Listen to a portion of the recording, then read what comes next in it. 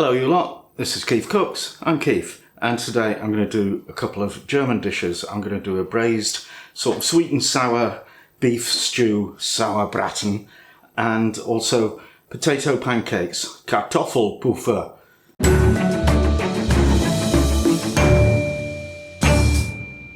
The Sauerbraten was requested by legendary long-time fan Brenda Rigdon. Hello Bren. And she's also supplied her recipe, which is what I'm going to do. So if it's wrong, it's her fault.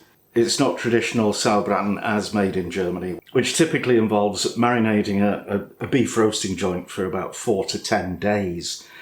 Not doing that. This is a quick and easy version, and it involves ginger snaps or ginger nuts, biscuits. Yeah. So that'll be interesting. If you enjoy this video, give it a like, share, subscribe, etc. And let's get on with it. Ingredients for the Sauerbraten. The Sauerbraten, by the way, it just means sour roast meat or pickled roast meat.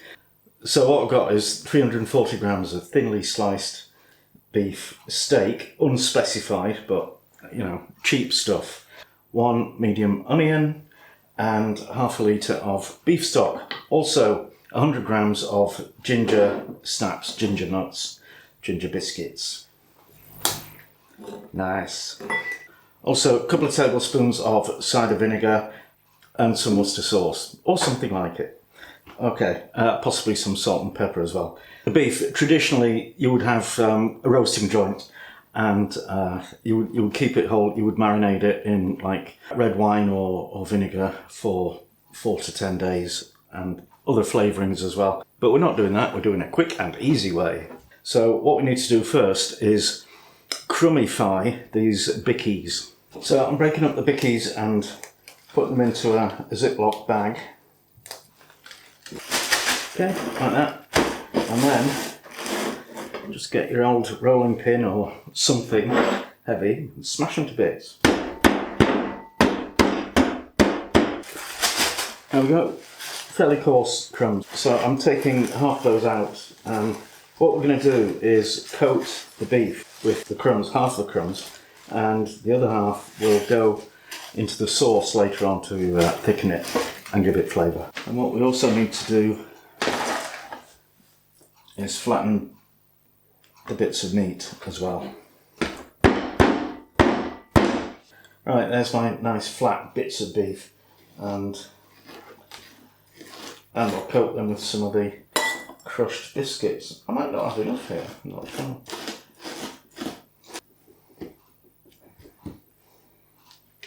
Right, we'll set these aside. And we want to peel and thinly slice the onion. Okay, first thing to do is cook the meat, so let's get over to the stove. I've got a big frying pan on medium-high-ish heat.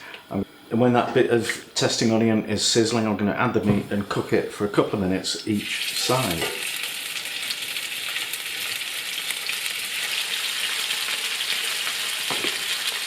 Then we take that out the pan. Depending on the size of your frying pan and of your bits of beef, you might have to do it in batches.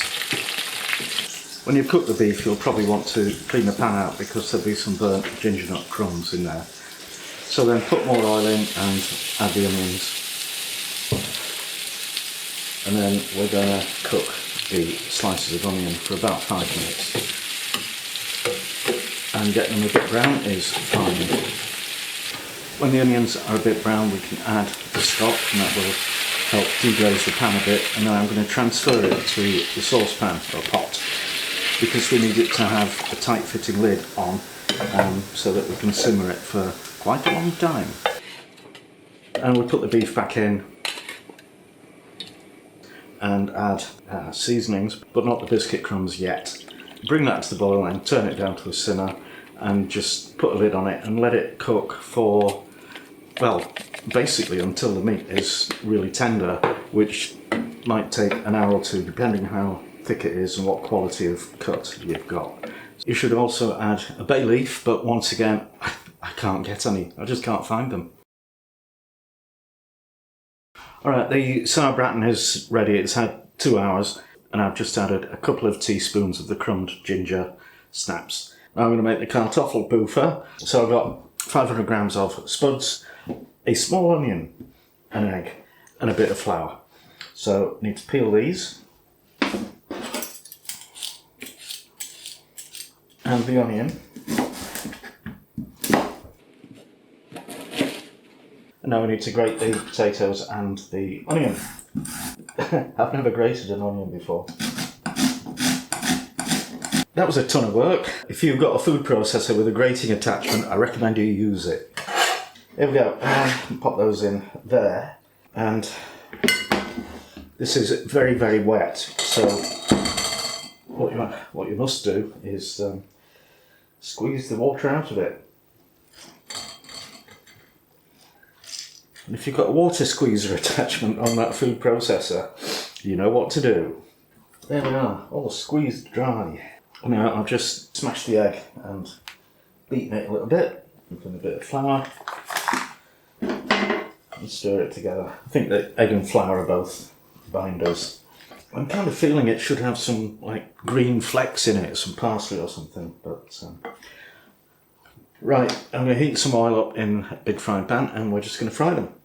So we've got the big pan again and a good glug of oil again. And then when that's heated up, we'll add a dollop of the potato and onion mixture and flatten it and let it cook for 2 or 3 minutes each side.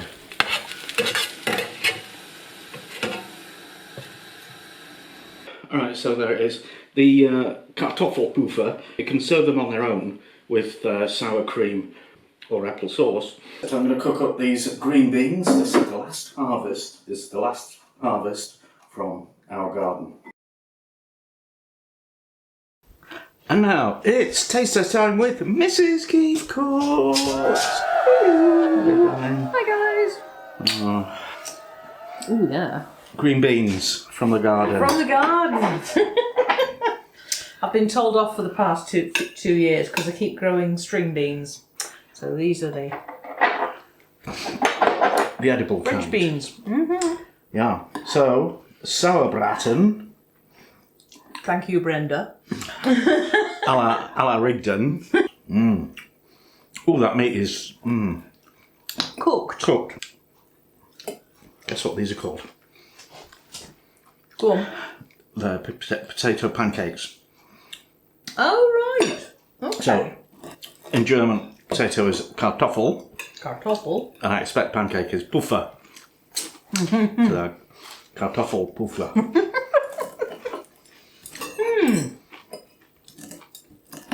Yeah. This is nice. Honestly, when Brenda first suggested this on the live stream, I was like, oh, that sounds interesting. And then Keith looked it up and saw 3 days marinade. What? But this is Brenda's recipe. Cheat recipe. Yeah. Because, and also because it's like sour, I thought sauerkraut, I was thinking, you know, sauerkraut. So, which I'm not that keen on. Yeah, but that's cabbage. That's what the kraut is. No. Ah, okay. Anyway. Sour cream. I like this. I like this, yeah. It's beefy and tangy and warming and... Doesn't taste of ginger biscuits. Oh yeah, there was that as well. So what was that for then? Yeah, it's to counteract the sharpness of the bottle of cider vinegar. So the meat is coated in crushed biscuits, and then you add a few into the sauce to thicken it near the end. And it's good, yeah. It is, and I like these. Is this like Rosti? Ah, good question. I think it is. I think Rosti is done in butter. It's done in oil. But also there's hash browns and latkes, all sort of grated potato dishes. But this is good. I like that. Right, that's a definite yes. Damn hard to make though. Yes, you have to grate the spuds. You have to squeeze all the moisture out. But I bet this would also be a good one with on a budget cut of meat, because you could just use it for Yeah. Okay. All right. Yeah. Nice.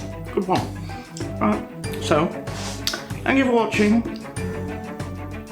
And see you next time. I don't know what you're doing. I'm waving. Okay. My arms don't go very far. Right. Ciao.